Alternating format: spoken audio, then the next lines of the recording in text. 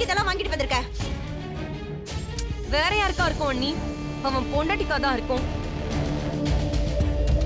சீனு எனக்கு ஒன்னும் வாங்கிட்டு வரல. இல்ல மாயா, உனக்காக தான் வாங்கிட்டு வந்தேன். எதுக்காகடா இத வாங்கிட்டு வந்த? ஏய் என்ன அப்படியே ஒண்ணு தெரியாத மாதிரி உருட்டுற?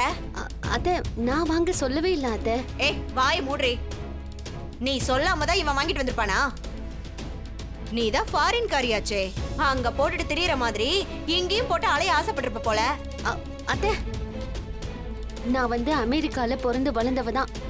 அதுக்காக இந்த குடும்ப பெருமையையும் நம்ம கலாச்சாரத்தையும் விட்டு கொடுக்க மாட்டேன். நான் மாடர்ன் ட்ரெஸ் போடணும்னா நானே வாங்கிக்க போறேன். நான் ஏன் சீனு கிட்ட சொல்ல போறேன்? பாத்தியா, உன் வாயாலே வந்துருச்சு.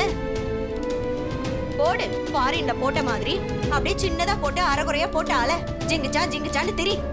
அத்தை, இதுக்கு மேல பேசாதீங்க. என்னடி, நான் பேசக்கூடாதா? அப்புறம் வேற யார் பேசுவா? நான் உன் மாமியாரு. மாயா ஒன்னும் கேட்கவே இல்லம்மா. நானும் அதான் இந்த மாடர்ன் ட்ரெஸ் வாங்கிட்டு வந்தேன். இங்க பாரு சீனு, உனக்கு போய் சொல்றதுக்கு இவ நல்லா கத்து கொடுத்து வச்சிருக்காடா. நல்லா பேசுடா, பேசு. இருங்க, இது எல்லாத்துக்கும் நான் ஒரு முடிவு கட்டுறேன். சீ.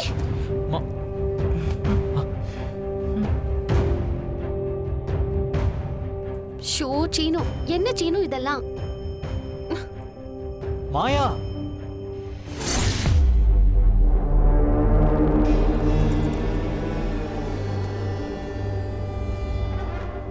அண்ணி என்ன அண்ணி பயங்கரமா யோசிக்கிற மாதிரி இருக்கு? அப்படி என்ன யோசிக்கிறீங்க? சீனுவை பத்திதான் எப்படி எல்லாம் இருந்தவன். நீங்க தான் அவனை பையன் பையன்னு சொல்லிட்டு இருக்கீங்க. அவன் உங்களை அம்மான்னு மதிக்கிறதே கிடையாது.